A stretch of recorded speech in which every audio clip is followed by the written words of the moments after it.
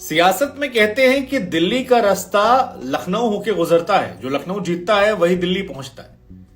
लेकिन क्रिकेट में दिल्ली वाले लखनऊ से नहीं जीत पा रहे। लगातार 3 मैच हारे। पिछली बार भी 2 बार पटकनी हुई थी और इस बार भी लखनऊ ने पटक दिया है दिल्ली वालों को। वैसे ये पटकिम पटकाया खेल जो है ये रफ्तार की वजह से हुआ है। दिल्ली बढ़िया खेल रही थी लेकिन रफ्तार ने आज दिल्ली को ऐसा बैकफुट पर पटका कि दिल्ली फिर खड़ी ही नहीं हो पाई। मतलब वो कहते नहीं कि जैसे ट्रेन चलती रहती है, बढ़िया स्पीड से धड़ धड़ धड़ धड़ धड़ दौड़ रही हो और सडनली कोई चैन पुलिंग करते, वही दिल्ली के साथ हुआ है। 4 ओवर में 40 रन ठोक दिए थे 193 के पीछा करते हुए। पृथ्वी शॉ बढ़िया मार रहे थे, 200 के स्ट्राइक रेट से बल्लेबाजी कर रहे थे। वार्नर भी दिखा रहे थे कि अभी टाइगर जिंदा है। तभी गेंदबाजी करने आ गए मार्कवुड। वही मार्कवुड जिन्हें मुंबई वालों ने जब चेन्नई से खेले थे तो 49 रन ठोक दिए थे। आज आए, पहली गेंद पृथ्वी शॉ ने डक किया, दूसरी बॉल लेग पर गई, वाइड बॉल दे दी गई, मार्कवुड का पैर फिसल गया, बड़ा नाराज हो गए। लेकिन इस गेंद के बाद गुरु मैच बदल गया। तीसरी गेंद वो आते हैं 147 की स्पीड से, पृथ्वी शॉ के पैर जो हैं वो जमे रहते हैं, हिलते डुलते हैं नहीं और गेंद केवल दिखाई पड़ती आते हुए और डंडा जो है फटाक। ये दिखाई पड़ता है कि इंडियन प्लेयर्स को अभी भी रफ्तार खेलने में तमाम तरह की परेशानियों का सामना करना पड़ता है और जिनके पैर नहीं हिलते वो तो। लेकिन चलिए, पृथ्वी शॉ के पैर नहीं हिले तो क्या हुआ? लोगों को लगा कि मिचेल मार्श के तो पैर हिलेंगे, मतलब बड़े खिलाड़ी हैं, 8 ठोक के आते हैं। इंडियन बॉलर से खिलाफ अभी खूब पिटाई की थी, वर्ल्ड कप में भी फॉर्म में थे। इंग्लैंड को तो ऑस्ट्रेलिया वाले वैसे भी खेलते, उनके यहां तो ऑस्ट्रेलिया में भी तेज गेंदबाज हैं। लेकिन गुरु फिर कहानी रिपीट हुई। फिर आते हैं, मार्कवुड बॉल डालते हैं और मार्श शॉट खेलने के चक्कर में डंडा जो है गवा देते हैं और ये कहानी वैसी ही है कि जैसे चलती ट्रेन को एकदम धक धक धक धक चल रही थी, स्पीड ब्रेकर लगा दिया। इस झटके के बाद वो दिल्ली जिसमें बल्लेबाजों की पूरी फहरिस्त थी वो फिर खड़ी ही नहीं हो पाई। मार्कवुड ने ऐसा झटका दिया कि दिल्ली वहीं पर दम तोड़ देती है और वहीं से क्लियर हो गया कि अब मैच जो है वो निकलने वाला नहीं है। और ये मार्कवुड ने आखिर तक किया। मतलब पहले पृथ्वी शॉ को आउट किया, उसी ओवर में मिचेल मार्श को वो खा गए। उस ओवर में हालांकि बहुत कुछ हो रहा था, पिच गीली थी, पांव स्लिप हो रहा था, मिट्टी डाली जा रही थी। लेकिन उसके बाद सरफराज खान आते हैं। सरफराज खान टेस्ट में तो शानदार खिलाड़ी हैं लेकिन T20 में ऐसा लगता है कि अभी भी उन्हें बहुत कुछ सीखने की जरूरत है। एक शॉट तो मारा लेकिन बाकी कोई कारनामा कर नहीं पाए और मार्कवुड की एक तेज रफ्तार गेंद के सामने वो ही बेबस हुए। ग्लेड कर औना पौना बैट लगा और पीछे थर्ड मैन पर आराम से फील्डर ने पकड़ा और यहां पर तीसरा विकेट जब गिरा तो ये नजर आ गया कि पेस के सामने आज दिल्ली जो है वो अपने होश खो बैठी है। और सरफराज खान की जगह टीम में इसलिए बनी है क्योंकि ऋषभ पंत चोटिल है और ऋषभ पंत की चोटिल होने का असर ये है कि विकेट कीपर के तौर पर उन्हें शामिल किया गया है।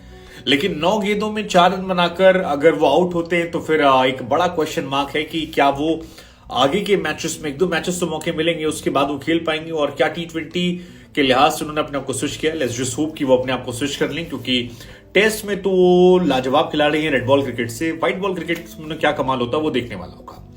लेकिन फिर बल्लेबाजी करने आते हैं रायली रूसो। अच्छी बल्लेबाजी करते हैं, थोड़ा सा माहौल जो है बनाते हैं लेकिन तब तक वो जो 4 ओवर में 40 था वो 10 ओवर में 65-70 रह जाता है और 193 का अगर आप पीछा कर रहे हैं और आप 6-7 रन के एवरेज रन बना रहे हैं तो फिर आपके ऊपर रनों का अंबार आता है। रायली रूसो कोशिश करते हैं तेज मारने की, डेविड वार्नर खेलते हैं लेकिन अब क्या ही कहा जाए, मतलब उन्होंने अपने एक्सीलेटर पैर दबाया ही नहीं। वो एक साइड से टिके रहे लेकिन उस टिकने का कोई फायदा नहीं था क्योंकि जो सामने वाला बल्लेबाज उसे प्रेशर आ रहा था। तभी आगे रवि बिश्नोई। रायली रूसो लगातार अटैक कर रहे थे बिश्नोई पर लेकिन बिश्नोई की भी तारीफ करनी पड़ेगी कि जिगरा जो है उस लड़के में है और जबरदस्त जिगरा दिखाया। पहले ले गए रायली रूसो को और रायली रूसो को आउट करने के बजाय पावेल उनको भी आते ही चलता कर दिया और इस लड़के ने भी दिखाया कि इस लड़के में दम खम बहुत ज्यादा है। याद कीजिए पाकिस्तान के खिलाफ वो एक मैच था जिसमें इन्हें शामिल किया गया था और उस मैच में अच्छी गेंदबाजी की थी, उसके बाद इनको बाहर कर दिया गया था। तब से टीम इंडिया में इनकी एंट्री हुई नहीं। लेकिन मुझे लगता है डेविड वार्नर एक छोर से डटे हुए थे। 16 ओवर में उन्होंने 48 गेंदों में 56 बनाए 116 के स्ट्राइक रेट से।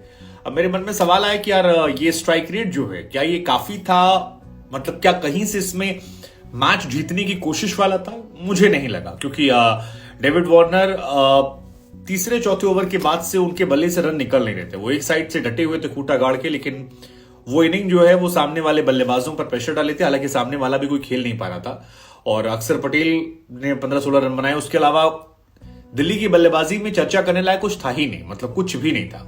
सिर्फ दिल्ली के बल्लेबाजों के लिए एक अच्छी बात यह कि वार्नर फॉर्म में 50 रन ठोक दिए हैं और आईपीएल के इतिहास में सबसे ज्यादा अर्धशतक लगाने वाले वो बल्लेबाज बन गए। उनके बाद जो है वो नाम है शिखर धवन का, जो पंजाब के कैप्टन हैं, विराट कोहली का नाम है, रोहित शर्मा का नाम है, एबी डिविलियर्स का नाम है। तो इन खिलाड़ियों की फेहरिस्त में अगर आप देखेंगे तो रिकॉर्ड के तौर पर व्यक्तिगत तो अच्छा है, लेकिन ओवरऑल टीम के हिसाब से बात करेंगे तो ये रिकॉर्ड बहुत मायने रखता नहीं है। जहां तक बात गेंदबाजी की लखनऊ की है तो गेंदबाजी गुरु तगड़ी की थी, मतलब 4 ओवर 14 रन 5 विकेट, ये पहला फाइफर है इस आईपीएल का, तो माकवुड को बधाई।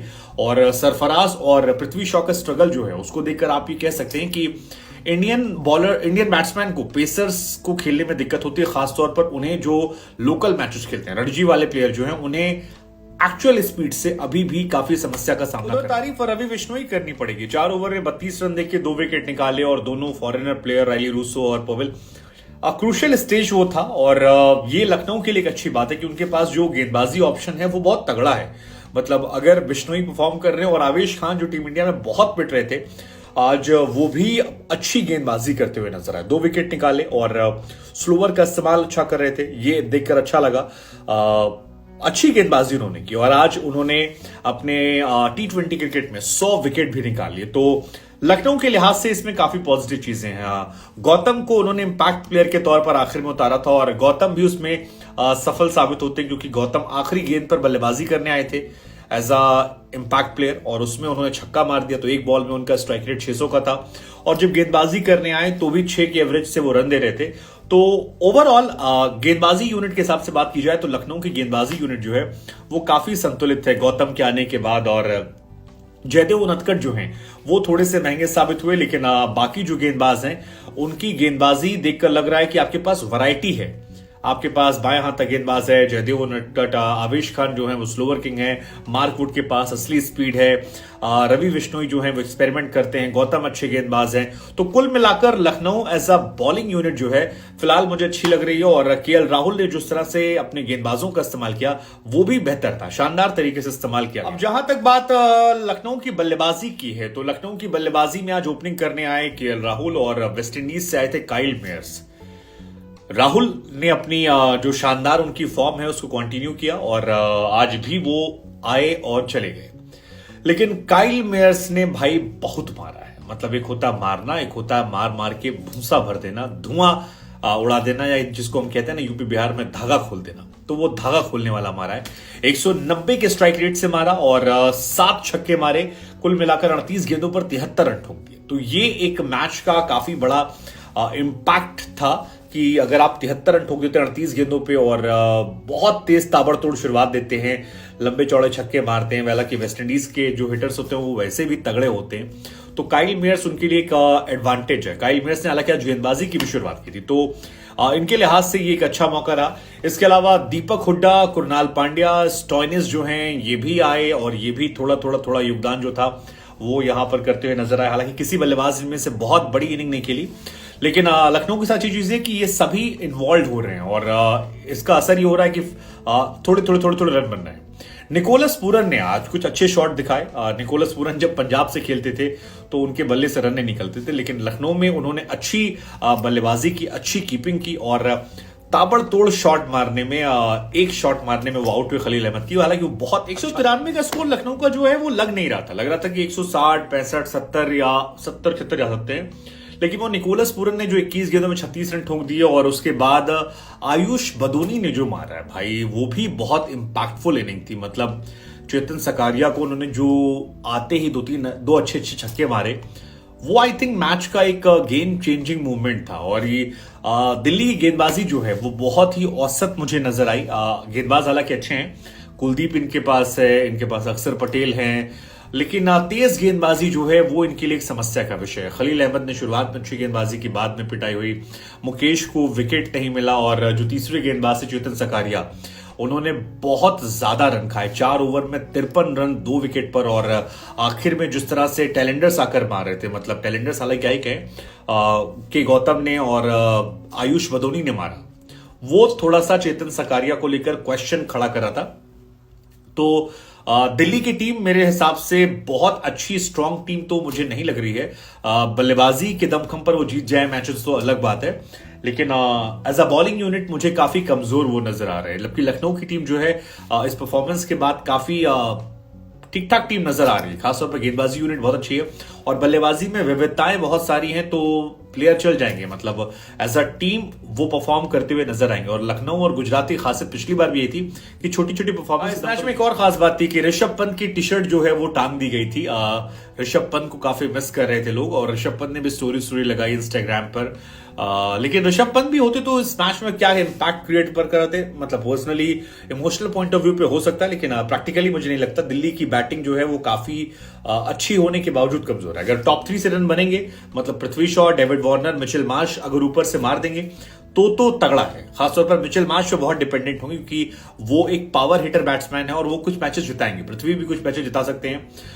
बाकी बल्लेबाजी में थोड़ा सा उनके लिए टेंशन वाली बात है कि आप कैसे परफॉर्म करेंगे या कैसे आप आगे के मैचेस में अच्छा करेंगे। राइली रूसो भी अच्छे बल्लेबाज है, पावल भी हैं, लेकिन भरोसेमंद क्या है ये एक बड़ा क्वेश्चन है। और दिल्ली की गेंदबाजी बहुत बहुत टेरिबल है। लेकिन ये हटाइए, कल 2 मैचेस हैं, दोनों बहुत तगड़े मैचेस हैं। एक तरफ मैच है हैदराबाद और राजस्थान रॉयल्स का। मैं पर्सनली इन दोनों मैचेस को ये मानता हूं कि ये दोनों टीमें जो हैं ये टॉप 4 में जाने की डिजर्विंग टीमें हैं। तो ये मेरे लिए एक बहुत ही क्या कहते हैं वो देखने वाला मैच होगा। मैं बड़ी तफसील से मैच देखूंगा।